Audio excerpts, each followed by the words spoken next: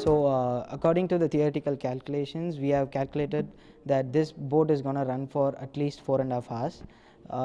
Where other teams last year, other teams like the maximum duration of the boats were 3 hours and approximately 2 to 3 hours. So we expect this time our boat is going to be the most endured boat. Like for the during the endurance race, the maximum time is going to be 4 to 4.5 hours theoretically. The last week our boat was tested in our premises, like in the Coimbatore itself. So we managed to get around 4 to 5 hours as the endurance timing, which was a successful result for us.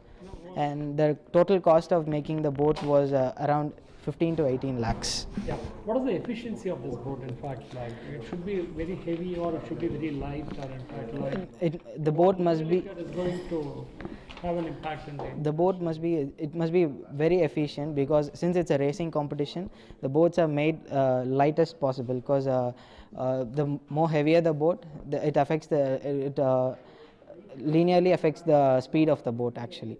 Since it's a racing competition, the boat must be lighter, and for that purpose we have included carbon fiber monocoque structure, which is going to make the boat more lighter, and even 2 to 3% can lift the boat completely. Now, how many of you have designed this? And we comprise of 10 engineering undergraduate students.